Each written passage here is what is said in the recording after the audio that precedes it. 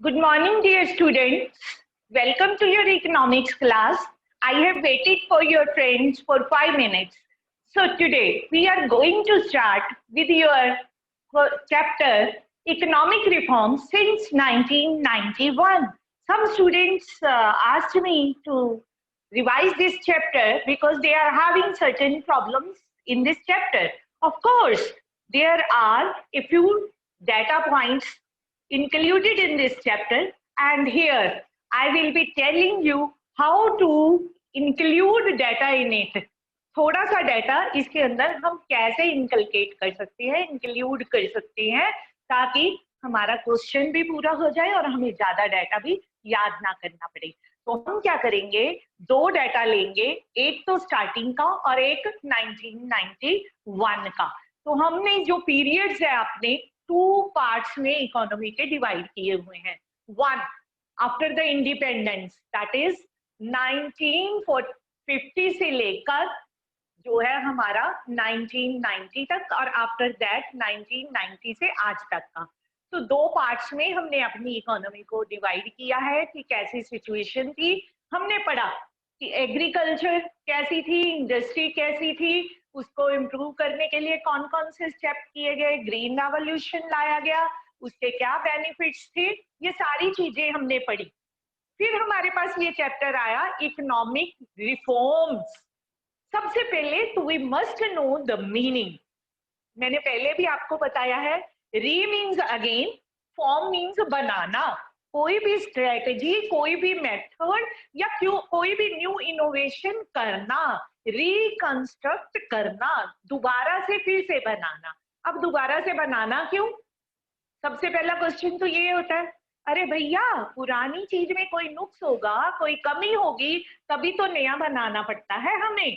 तो हम इसके सबसे पहले कारण भी पढ़ेंगे। सबसे पहले I am going to tell you about the definition of economic reforms. मैंने आपको बताया दोबारा से न्यू इकोनॉमी में न्यू पॉलिसीज बनाना। All economic reforms are all those long term policies, लंबे समय की policies and measures undertaken by the government of India since 1991।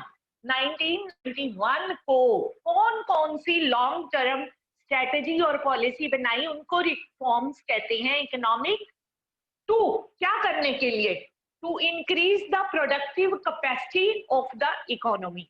Productivity का मतलब होता है पर हेक्टेयर जो प्रोडक्शन है उसको आप लेके जाना, बड़ा करना, ज्यादा करना, ताकि हमारी प्रोडक्शन बढ़ जाए। सेकंड, प्रॉफिटेबिलिटी बढ़ाना, इकोनॉमी में जो है बेनिफिट्स ज्यादा हो, कमाई ज्यादा हो, खर्चा कम हो, प्रॉफिट हो हर बिजनेस में, हर सर्विस में, हर जगह पे। Increase in efficiency of the economy. Efficiency का मीनिंग क्या है कि हमारी कैपेबिलिटी को बढ़ाना। एफिशिएंसी का मतलब है यूटिलाइज करना इकोनॉमिक रिसोर्सेज को बहुत अच्छे तरीके से, यानी कि फुलेस्ट एंड मैक्सिमम यूटिलाइजेशन करना, एलोकेशन रिसोर्सेज का वाइजली करना, उसको कहते हैं efficiency of the economy. Increase करना, अपने रिसोर्सेज को अच्छे से इस्तेमाल करना। नेक्स्ट है increase in international competitiveness. What does it mean? कि हमें इस काबिल बनाना, प्रोडक्शन को इंक्रीज ही नहीं करना, खाली इस काबिल भी बनाना कि दुनिया के हर देश के साथ हमारी प्रोडक्ट जो है कंपीट कर सके, हमारे बच्चे जो हैं अपने आप को उनके बराबर खड़ा कर सके और बेटर प्रूव कर सके खुद को। Now I am going to repeat the definition again. मैं चाहती हूं कि कुछ भी आपका छूटे ना, कंसेप्ट आपको बिल्कुल क्लियर हो जाए, ताकि आप अपने आप अपनी लैंग्वेज में भी लिख पाए। All those long-term policy and measures undertaken by the government of India to increase productivity, to increase profitability, to increase efficiency of the economy, and to increase in competitiveness, international competitiveness है word, ठीक है? तो दुनिया के साथ पूरे global हो जाना, competitive हो जाना पूरी दुनिया के साथ। I think now the meaning is clear. Now its basic pillars are, इसके तीन जो इक्के थे ट्रम्प के, खास वाले जो हमारे हाथ में हथियार थे वो कौन कौन से थे? Liberalisation, privatisation and globalisation. अरे जब अब आपके दिमाग में ये बात आ रही होगी कि मैडम ने तो बोला था 5 ईयर प्लान्स बनाई गई, कमीशन बिठाए गए, ठीक है, और नीति आयोग बनाया गया, जो आज नीति आयोग है 5 ईयर प्लान था पहले नाम। सभी इंटेलिजेंट इकोनॉमिस्ट, एजुकेशनिस्ट ने बैठ के इकोनॉमी बनाई और 1991 तक it came like this that our economy was going to collapse. Collapse का मतलब क्या है? खत्म होने वाली थी। सारा पैसा इकोनॉमी में से खत्म होने वाला था। हमारी इकोनॉमी में सिर्फ 7 डेज का ही काम रह गया था, इसके बाद इसने खत्म हो जाना था। ऐसा हुआ क्यों हुआ, किस लिए, वो हमने पढ़ना है। अभी हम पढ़ेंगे कि व्हाट वर द रीजंस, क्या कारण थे कि हमारी कोलैप्स होने वाली थी इकोनॉमी, और इसको करेक्ट करने के लिए जो बड़े बड़े एजुकेशनिस्ट थे उन्होंने बैठ के फिर से प्लानिंग की और बहुत सारे लोगों ने इसमें योगदान दिया। बट सबसे बड़े नाम दो जो निकल के सामने आए वो थे, आप सबने नाम सुने भी होंगे, हमारे prime minister Narasimha Rao and finance minister doctor Manmohan Singh. इन दोनों के नाम मेनली निकल के आए हैं। इन्होंने जो है 3 डायमेंशनल जो है मेजर्स लिए, जिनके नाम मैंने आपको बताए, लिबरलाइजेशन, प्राइवेटाइजेशन एंड ग्लोबलाइजेशन। अब हम पढ़ते हैं कि हुआ क्या। इतनी मेहनत की, इतना हार्ड वर्क किया हमने सारे का सारा, फिर भी हमारी इकोनॉमी जो है क्यों इस मोहताज पे आ गई, इस मंजिल पे आ गई कि कलैप्स होने वाली हो गई, घाटे पड़ गए। उसमें क्या हुआ, क्यों हुआ, और फिर इकोनॉमिक रिफॉर्म्स की जरूरत क्यों पड़ी। नीड फॉर इकोनॉमिक रिफॉर्म्स, इसके अंदर मैंने छोटा छोटा डाटा भी इंक्लूड किया है। आप भी इसी तरीके से किसी भी चैप्टर का डाटा इंक्लूड करेंगे। फर्स्ट है एक्सेसिव फिस्कल डेफिसिट। अब आपको फिस्कल डेफिसिट का मीनिंग बताना है। गवर्नमेंट बजट में हमने किया है मैक्रो इकोनॉमिक्स के अंदर कि फिस्कल डेफिसिट का मीनिंग क्या होता है। मैं आपको सिर्फ साधारण भाषा में, सिंपल लैंग्वेज में बता देती हूँ। फिस्कल डेफिसिट का मतलब होता है borrowing requirement of the economy. इसका मतलब है कि कितने पैसे की और की जरूरत है इकोनॉमी को, क्योंकि इसका एक्सपेंडिचर जो anticipated expenditure of the government is more than the anticipated income of the government. Government का खर्चा ज्यादा, कमाई कम, ठीक है। अपनी चादर से बाहर पैर पसारे तो नतीजा ठन ठन गोपाल, खाली सब कुछ ठन ठन गोपाल हो गया। तो क्या हो गया, हमारी इकोनॉमी में डेफिसिट हो गया, फिस्कल डेफिसिट। आपको समझ आ गया meaning Kiran? Is it clear कि फिस्कल डेफिसिट का मतलब है, डेफिसिट का मतलब क्या है, borrowing requirement of the government. सरकार को कितना पैसा और चाहिए अपने खर्चे पूरे करने के लिए। तो ये जो था एक्सेसिव फिस्कल डेफिसिट बढ़ता ही जा रहा था देश के अंदर। 1981-82 में ये 5% था। क्या मतलब है, अगर 100 रुपीज का हमारा खर्चा है तो बीच में से 5% जो है हमारा डेफिसिट है। हमने उधार लेके इसको पूरा किया है वर्ल्ड ऑर्गेनाइजेशन से या फिर किसी monetary bank, international monetary bank से। 1991 में ये बढ़ के 8.5% हो गया of the gross domestic product. Just see, look at it, 5% से 8.5 बढ़ गया डेफिसिट। तो हमेशा ही fiscal deficit is a matter of great worry for the country कि हम एक डेप्ट ट्रैप में फंस गए, जिसको हम कहते हैं कर्जे का कुचक्कर। कर्जा उतारने के लिए इंटरेस्ट पे करो, फिर वो इंटरेस्ट के ऊपर और इंटरेस्ट पे करो, इंटरेस्ट ही पे करते जाते हैं, मूल उतरता नहीं हमारा। तो हम जो है ट्रैप में, डेप्ट ट्रैप में फंस जाते हैं। तो excessive fiscal deficit is a great threat for the economy at that time. So economic need for economic reforms was being felt. This is the first point. Am I right, Hussein? Anything you want to inquire about it? बेटे आप बीच में बोलेंगे तो it will be an interactive class. I will also enjoy. You are watching my face. I also want to hear your voice. I'm waiting. Yes, Husan? Ma'am हाँ जी। Ma'am ये data explain करना दोबारा से जो आपने लिखा था। बिल्कुल ठीक है। एक्सेसिव फिस्कल डेफिसिट का मतलब है 1982 में 5% डेफिसिट था। अगर हमारा 100 रुपए का ग्रोस डोमेस्टिक प्रोडक्ट था, उसमें से 5% यानी कि 5 रुपीज जो है हमने 5 मिलियन या जो भी था परसेंटेज में है ना, तो 5 हमें उधार लेके उसको पूरा करना पड़ा और 1991 में ये 8.5% तक बढ़ गया। हमारा घाटा जो था पहले 5% था, फिर 8.5 बढ़ता ही जा रहा था। फिस्कल डेफिसिट के बढ़ने से क्या है, बोरोइंग रिक्वायरमेंट गवर्नमेंट की बढ़ती जा रही है। पहले बोरोइंग रिक्वायरमेंट थी 5%, आप ऐसे ही समझ लें कि 5% बोरोइंग रिक्वायरमेंट थी, फिर 1991 तक 8.5% बोरोइंग रिक्वायरमेंट हो गई। फायदा तो हो ही नहीं रहा था, उल्टा हम बाहर से डेफिसिट में जा रहे थे और बाहर से चीजें मंगाने के लिए हमें पैसे उधार लेने पड़ रहे थे। अब क्लियर है?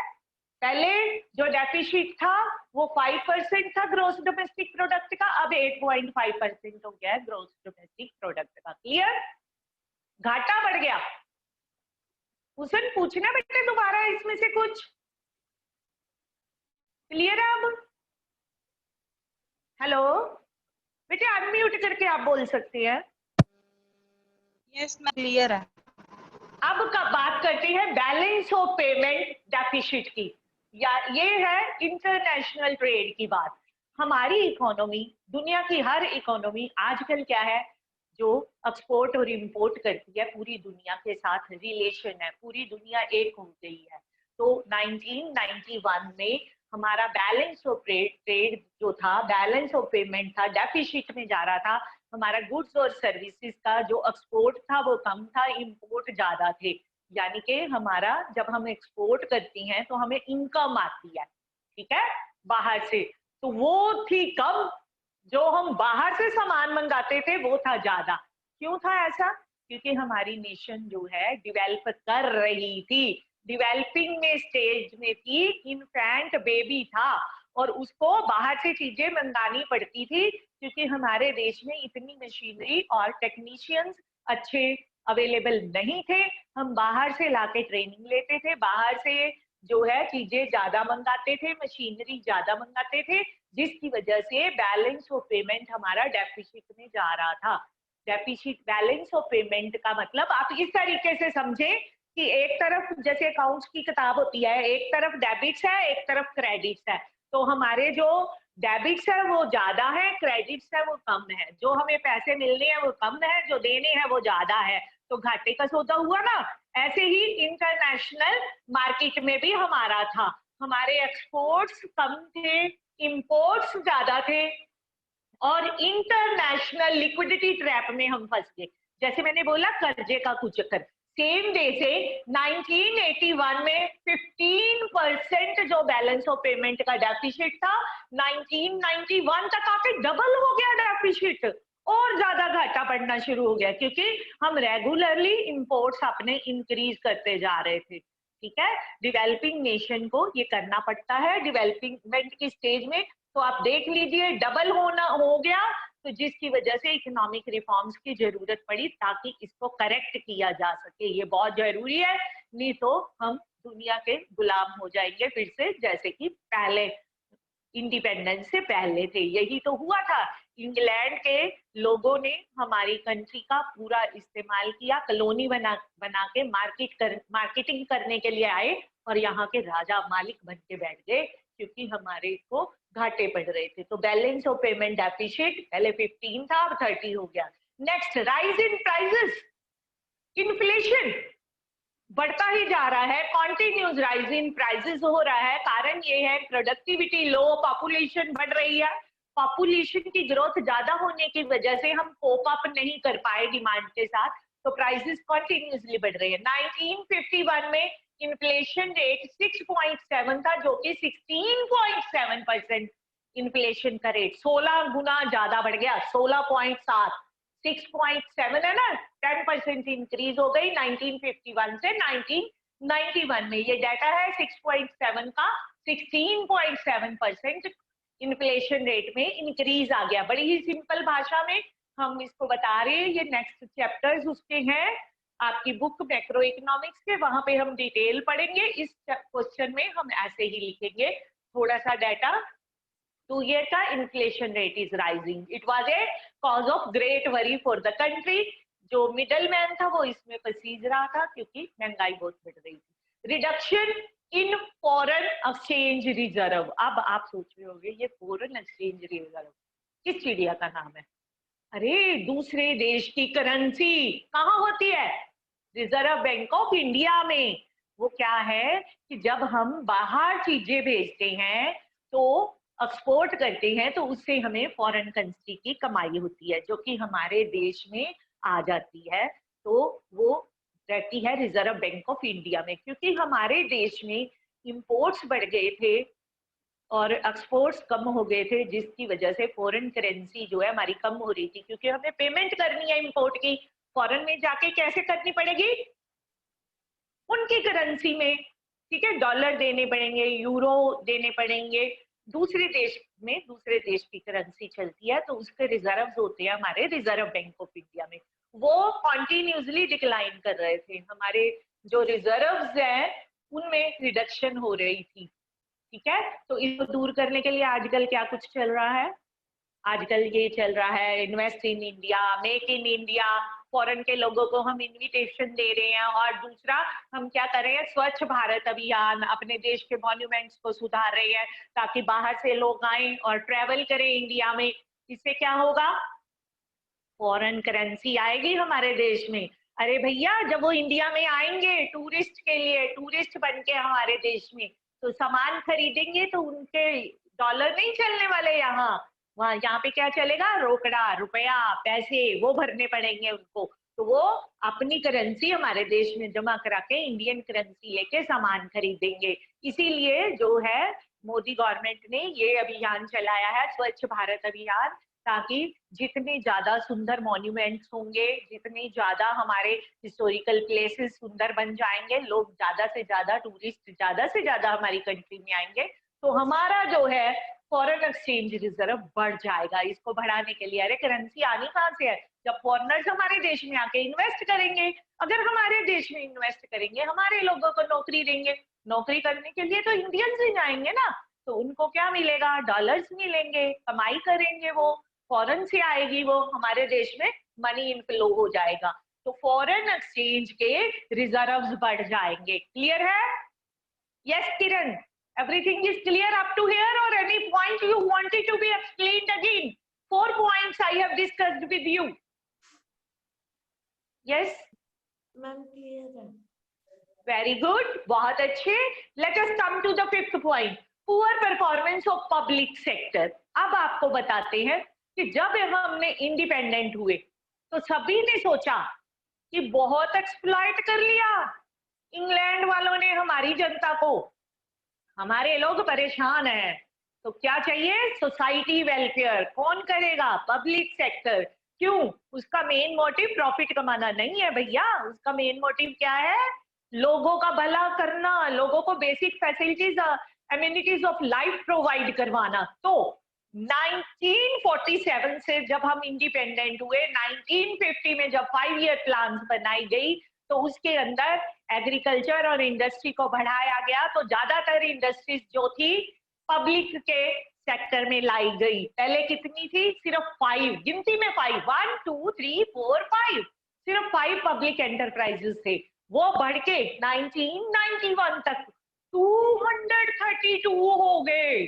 जस्ट सी, गिनती में सिर्फ 5 थे, फिर सारे के सारे पब्लिक हो गए, पब्लिक सेक्टर हो गया, यानी कि गवर्नमेंट का, गवर्नमेंट के अदारे हो गए सारे के सारे, गवर्नमेंट इंस्टीट्यूशन, गवर्नमेंट इंडस्ट्री, सब कुछ गवर्नमेंट का, बैंक भी गवर्नमेंट के, सड़कें भी गवर्नमेंट की, रेलवेज भी गवर्नमेंट के। तो अब क्या हो गया? सब कुछ सांझा बाबा।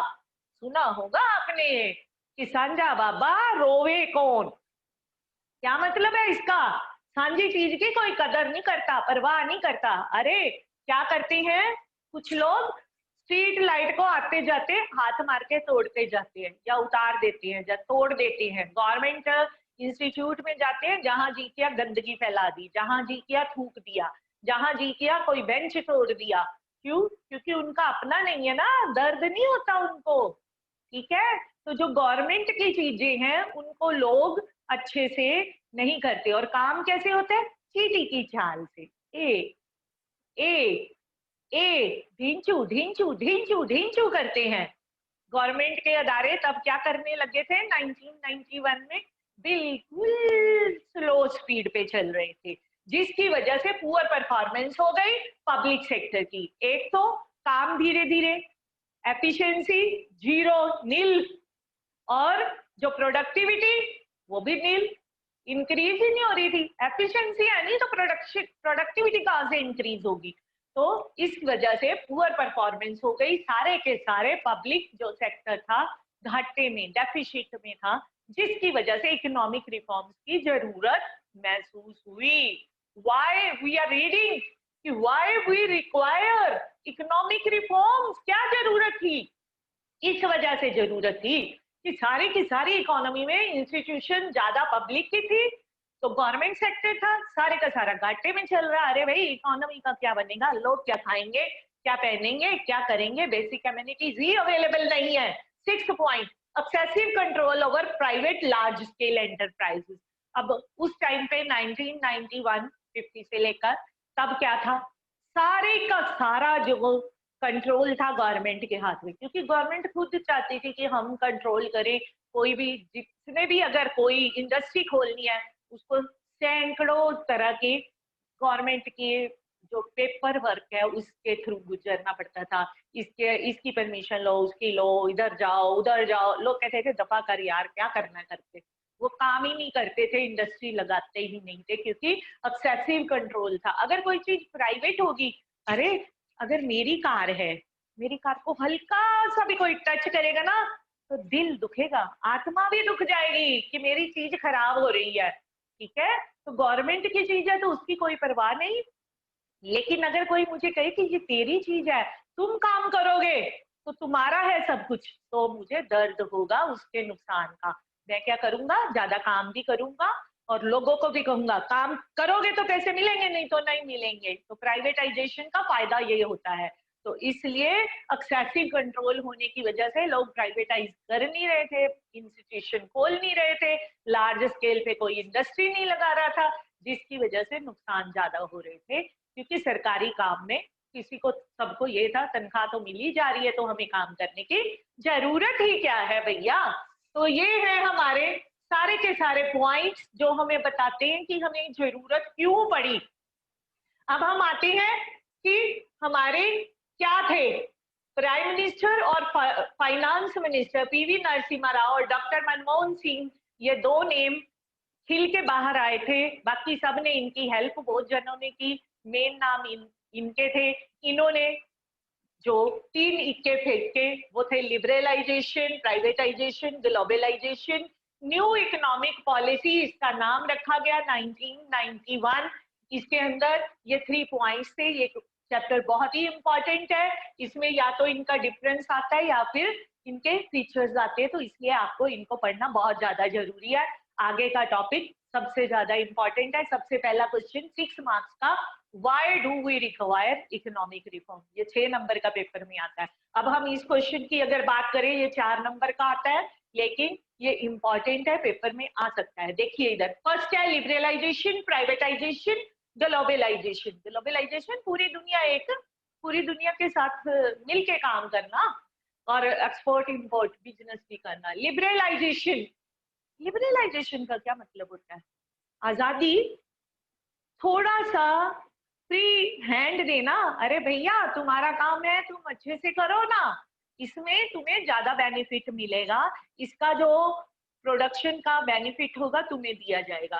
तो मेजर्स ऑफ न्यू ये जो हमारी है न्यू इकोनॉमिक पॉलिसी 1991, इसके अंदर कौन कौन से मेथड थे? 2। नंबर 1 ये हम डिटेल में पढ़ेंगे कल। स्टेबलाइजेशन मेजर, ये कौन से होते हैं? स्टेबलाइज करना, बैलेंस करना, एक जगह पे टिकाना। अगर कोई चीज हिलती जा रही है तो उस पे हम कुछ भी खड़ा नहीं कर सकते, हिलती ही जा रही है तो उसको एक स्टेबल पोजीशन पे लाना। स्टेबलाइजेशन मेजर क्या होती है? Short term methods aim at correcting balance of payment deficit and controlling inflation. Balance of payment को करेक्ट करने के लिए और इन्फ्लेशन को दूर करने के लिए short term objective, short term methods बनाए गए, ठीक है। और structural measures long term objective बनाए गए।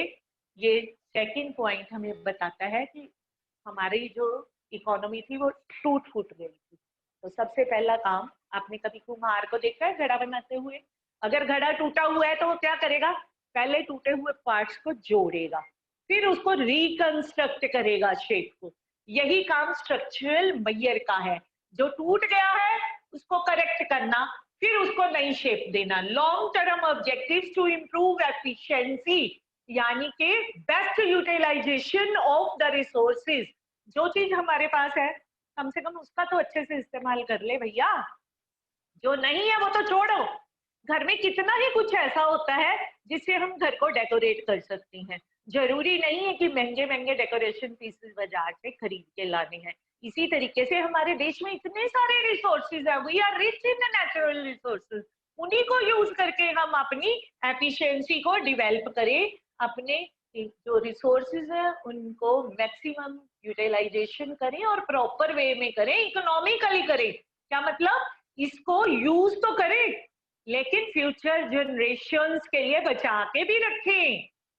आज यूज करें, फ्यूचर जनरेशन के लिए भी बचाए, जितनी जरूरत है बस उतना ही जरूर यूज करें। And increase competitiveness with the world. अब रिकंस्ट्रक्ट करना है घड़े को, जोड़ तो दिया एफिशिएंसी को इंप्रूव करके, रिकंस्ट्रक्ट करना, रियल शेप देना दोबारा से, यानी कि हमने एफर्ट्स भी करने हैं, अपनी एफिशिएंसी को भी इंक्रीज कर लिया है। अब हम अपनी प्रोडक्ट्स को प्रेजेंटेबल फॉर्म में लाएंगे पूरी दुनिया के साथ कंपीट करने के लिए। तो ये है हमारा इंट्रोडक्शन ऑफ द चैप्टर, जिसके अंदर से हमें 6 मार्क्स का क्वेश्चन पेपर में आ सकता है। I hope you might have enjoyed the chapter and you might have understood it properly. कल हम और इम्पोर्टेंट ये तीनों पार्ट्स करेंगे। So all the best. Any queries do you have? कुछ पूछना है बेटा तो पूछ सकते हैं। Is it okay then? Okay, thank you. Have a nice day, children. Bye.